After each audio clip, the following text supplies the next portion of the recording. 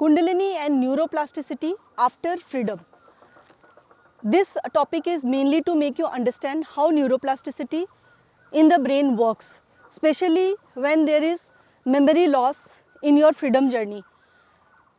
When you become free, when you become enlightened, when you become zero, blank, reaching nothingness of consciousness, actually all the energy from the periphery is reclaimed back to the center. And when this happens, Kundalini also erases all the memories, all the karmic remnants in your nervous system. From the nervous system, you actually forget how to operate in life. Your cognitive functions are also affected. You cannot do the basic functions of life. Some people, even when I get cases, they even forget how to brush their teeth, how to take bath, how to just eat food. They don't know anything. They just become, they go into a default state like a baby. The baby doesn't know anything other than sleeping, crying, and doing the basic functions of life. You have to teach the baby how to eat food, how to do the basic functions of life.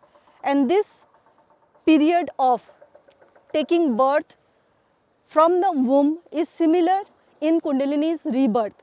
Rebirth means after your freedom, you become a newborn baby.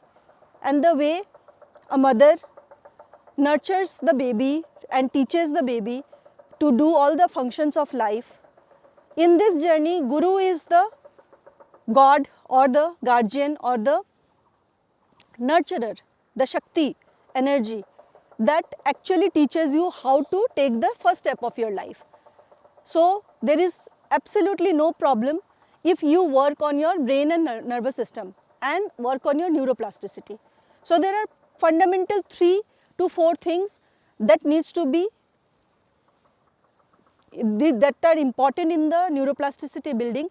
The first is you should have the intention to create a certain pathway. Let's say you want to learn how to brush your teeth. Then you have the intention to brush your teeth. That is the first thing. Then when you have the intention, the next thing is you have to pay attention to brush your teeth. So when you are taking the toothbrush in your hand, try to do it with your left hand. You have already known in this birth how to make use of your right hand. This time deliberately you make use of your left hand. When you make use of your left hand, you will see that you have to pay more attention. It is not a robotic activity anymore. It is not coming from old pathways. Then you brush the teeth with your full attention with your left hand and see the changes happening in your brain, and do it for at least 21 days. Any new habit that you adopt to build neuroplasticity, you have to do it continuously for 21 days.